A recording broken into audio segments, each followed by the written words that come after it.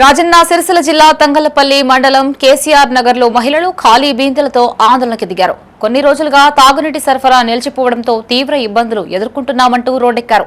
Colony గేట్కు తాళం వేసి ఖాళీ బిందెలతో రోడ్డుపై బైఠాయించారు. తాగునీరు, పారిశుద్ధ్యం, వీధి దీపాల సమస్యల్ని పరిష్కారం అవ్వడం లేదని కాలనీవాసులు ఆగ్రహం వ్యక్తం చేశారు. డబుల్ బెడ్రూమ్ ఇళ్లలో ఉండడం కంటే సిరిసిల్లలో అద్దె ఇంట్లో ఉండడం మేలు అన్నారు. తక్షణమే అధికారులు స్పందించి తమ సమస్యల్ని పరిష్కరించాలని డిమాండ్ చేశారు. పైన ఉన్నోళ్ళు ఎట్లా మోసుకుంటారండి? కింద ఉన్నోళ్ళు ట్యాంకరు తీసుకొస్తారు, మోసుకుంటారు. పైన ఉన్నోళ్ళ బాధ్యత ఎవరు భరిస్తారు చెప్పండి? మాకు వాటర్ వస్తలేవు. మాకు వాటర్ రాకుండా మేము ఎట్లుంటాం? ఏమన్నా అంటే రూమ్లు కాల్ చేసి పోతుర్రు అని అంటుర్రు. ఇక్కడ ఇంత ఇబ్బంది పెట్టినాక రూమ్లు కాల్ చేసి పోకుంటే ఏం చేస్తాం? అక్కడ పని చేసుకుంటానైనా కిరాయి బతుకులన్నా మంచిగా ఉన్నాయి. ఇక్కడ ఇల్లు వచ్చి కూడా ఏం లాభం లేదు మాకు.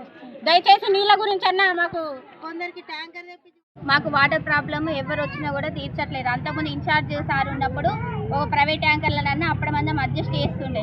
ఇప్పుడు మేము గ్రామ పంచాయతీ గురించి అడిగితే మాకు వాటర్ ట్యాంకులు పంపించమంటే 6వ వాటికి పంపిస్తున్నాడు, 5వ వాటికి పంపిస్తలేడు. ఆ 6వ వాటికి కూడా తనకు నచ్చిన వాళ్ళకి పంపించుకుంటారు. లేదు, మాకు మోటార్లు, మాకు బోర్లు ఉన్నాయి. మాకు 3 10HP మోటార్లు శాంక్షన్ అయితే మాకు వాటర్ ప్రాబ్లం అనేది ఉండదు. ఆ మిషన్ మీద వాటర్ తిప్పేటైనా కూడా ఆ పంప్ ఆపరేటర్ కూడా తన ఇష్టారాజ్యంగా తిప్పుతాడు.